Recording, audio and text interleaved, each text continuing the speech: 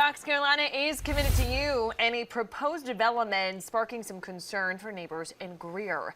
We've told you about this project before after members of a local church reached out to us.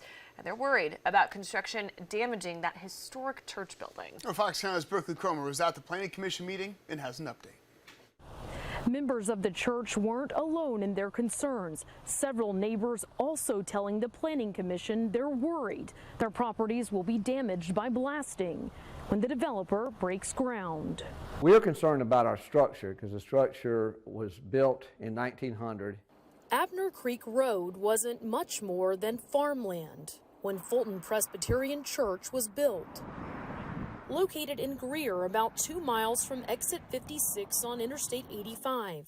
Grover Timms has been the pastor here for more than 3 decades. As far as growth, we have BMW and companies that are wanting to build warehouses and manufacturing, and then also subdivisions, townhouses, and that type of things, apartments. So we're kind of caught between those two worlds. Right beside the historic church, a 135-unit townhome community is set to go up. We're concerned about the blasting, the vibrations, and so forth because of the rock and what it, what it might do to the historic structure that we have here. Church members and neighbors took their concerns about the towns at Abner Creek to the board with the final say-so. We also have a responsibility to the people that come through the door at Fulton Church to worship and do the Lord's work there.